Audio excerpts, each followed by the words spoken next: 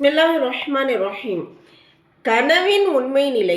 மனிதன் உறக்க நிலையில் காணக்கூடிய விஷயங்களுக்கு கனவு என்று கூறப்படும். கனவு 3 வகையாக உள்ளன. முதலாவதாக தேவையற்ற சிந்தனை மற்றும் மனோ இச்சையினால் ஏற்படும் கனவு. பகல் முழுக்க மனிதனின் உள்ளத்திலும் சிந்தனையிலும் சுழன்று கொண்டிருக்கும், மேலும் யோசித்து கொண்டே இருக்கும் சில விஷயங்கள் பல்வேறு தோற்றங்களாக மாறி கனவாக வெளிப்படும்.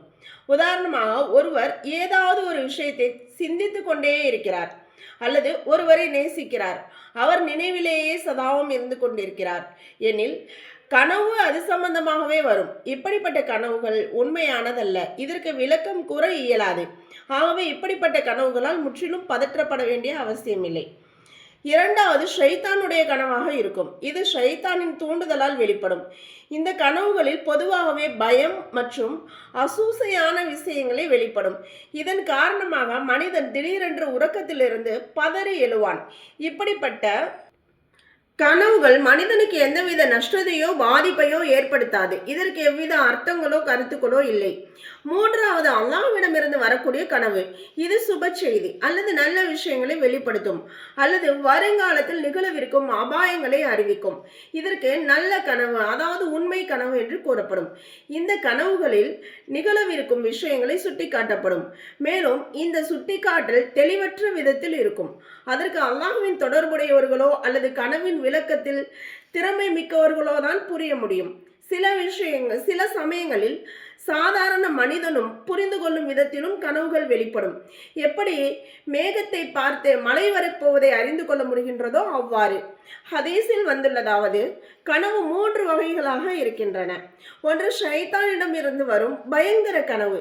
இதனால் மனிதன் கவலையில் ஆழ்ந்து விடுவான்.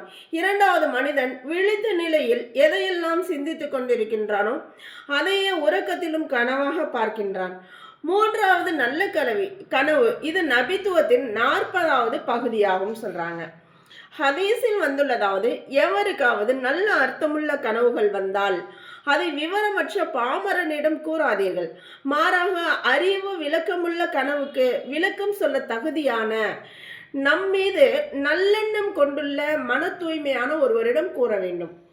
ஏனென்றால் விவரமற்றவரிடம் கனவை பற்றி கூறுவதால் அபாயங்கள் ஏற்பட அதிக வாய்ப்புள்ளது. மேலும் கனவிற்கு விளக்கம் சொல்ல வேண்டுமானால் பெரும் ஞானம் இருப்பது அவசியமாகும். கனவின் விளக்கத்தில் நேரத்திற்கும் கனவு கண்டவரின் நிலைமைகளுக்கும் பெரும் வித்தியாசம் இருக்கும். எந்த நேரத்தில் கனவு கண்டிருக்கோம் அப்படின்றதோ அந்த நிலை, இதெல்லாமே அந்த விளக்கம் தெரிந்தவங்களால தான் நமக்கு சரியாக சொல்ல முடியும். உதாரணமாக, கனவில் தன் கழுத்தில் விலங்கு மாட்டி இருக்க கண்டால் இது கெட்ட விஷயமாகும். மேலும் காலில் சங்கிலி மாட்டி இருக்க கண்டால் இது நல்ல விஷயமாகும். ஆனால் ஒரு மார்க்கப்பற்றுடையவர் கால்களில் சங்கிலி மாட்டி இருப்பது போல் கண்டால் அவர் தம் மார்க்கத்தில் உறுதியாக இருப்பார் என்று பொருள். ஒரு நோயாளி அல்லது பயணி அல்லது கைதி அல்லது சிரமத்தில் அகப்பட்டுள்ளவர்களை கண்டால் இவர் அதே நிலையிலேயே இருப்பார் என்பது பொருள். அப்ப அந்தந்த மனிதர்களுக்கு தகுந்த மாதிரியும் அவங்களுடைய சூழ்நிலைகளுக்கு தகுந்த மாதிரியும் கனவு மாறுபடும். ஒரு தடவை நபி ஸல்லல்லாஹு அலைஹி வஸல்லம் அவர்கள் கருத்த விரிந்த கூந்தலுடைய ஒரு பெண் மதீனாவிலிருந்து புறப்பட்டு ஜுஃபா எனும் இடத்திற்கு சென்று விட்டதை போல் கனவு கண்டார்கள். இதற்கு அன்னலார் மதீனாவில் உள்ள கொள்ளை நோய் அங்கிருந்து வெளியேறி ஜுஃபா எனும் இடத்திற்கு சென்று விட்டதே என்று கூறினார்கள். ஒரு நாள் நபி ஸல்லல்லாஹு அலைஹி வஸல்லம் அவர்களின் சமூகத்திற்கு ஒருவர் வந்து, நான் ஒரு கனவு கண்டேன், அதில் எனது தலை வெட்டப்பட்டு கிடந்தது என்றார். அதை கேட்ட அன்னலார் சிரித்து கொண்டே, உங்களில் யாருடைய கனவிலாவது ஷைத்தான் விளையாட கண்டால் அதை மக்களிடம் விவரிக்க வேண்டாம் என்று கூறினார்கள். ஏன்னா நம்ம மக்கள்கிட்ட பலவாறு அந்த கனவுகளை பற்றி சொல்லி அவங்களே ஏதாவது ஒரு கருத்து சொல்லி அந்த நேரத்தில் மலக்குகள் ஆமின்னு சொல்லிட்டாங்கன்னா அதுவே இதாயிடும். அப்போ எல்லா கனவுகளையும் எல்லாரிடமும் சொல்லக்கூடாது. அனைத்து கனவுகளுக்கும் விளக்கம் இருக்க வேண்டும் என்ற அவசியமில்லை. ஆகவே எப்போதும் கனவிற்கு விளக்கத்தை தேடிக்கொண்டே தெரியக்கூடாது. அதை அல்லாஹ்வின் பொறுப்பில் விட்டுவிட்டு அவனிடம் நன்மைகளை வேண்ட வேண்டும். மேலும் அதன் தீங்கிலிருந்து அவனிடம் பாதுகாப்பு தேட வேண்டும். பொதுவாக எந்த கனவு ஆரோக்கியம், மனநிலை, நிம்மதி முதலிய சூழ்நிலையில் காணப்படுகின்றதோ அது மிகுதமாக உண்மையாகவே இருக்கும். குறிப்பாக இரவின் கடைசி பாகத்தில் மனிதனின் களைப்பு நீங்கிவிடும், மனமும் சிந்தனையும் அமைதியாக இருக்கும். அச்சமயம் காணப்படும் கனவு உண்மையாக இருக்கும். நபி ஸல்லல்லாஹு அலைஹி வஸல்லம் அவர்கள் கூறினார்கள், இரவின் கடைசி பகுதியில் காணப்படும் கனவு அதிகம் உண்மையாக இருக்கும் அப்படின்னு. ஒரு ஹதீஸில் வந்துள்ளதாவது, ஒருவர் தம் பேச்சில் எவ்வளவு உண்மையாளராக இருப்பாரோ அவ்வளவே அவருடைய கனவும் உண்மையானதாக இருக்கும் அப்படின்னு சொல்றாங்க. இங்கே ஒரு விஷயம் குறிப்பாக ஞாபகம் இருக்க வேண்டும்.